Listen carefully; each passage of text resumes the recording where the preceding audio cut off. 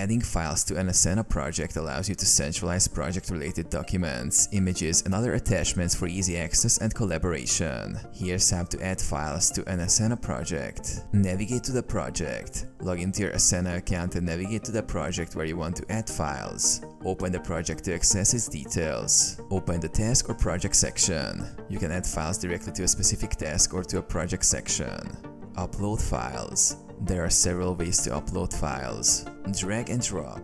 Simply drag files from your computer and drop them into the task or project section in Asana. Attach button. Click on the paperclip or attach button within the task or project section. This opens a file upload dialog where you can browse and select files from your computer. Upload settings. Asana allows you to upload multiple files simultaneously.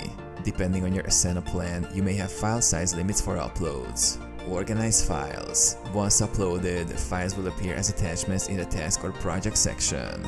You can click on each file to view or download it. Rename files if necessary and add descriptions for clarity. Share and collaborate. Team members with access to the project can view and download files.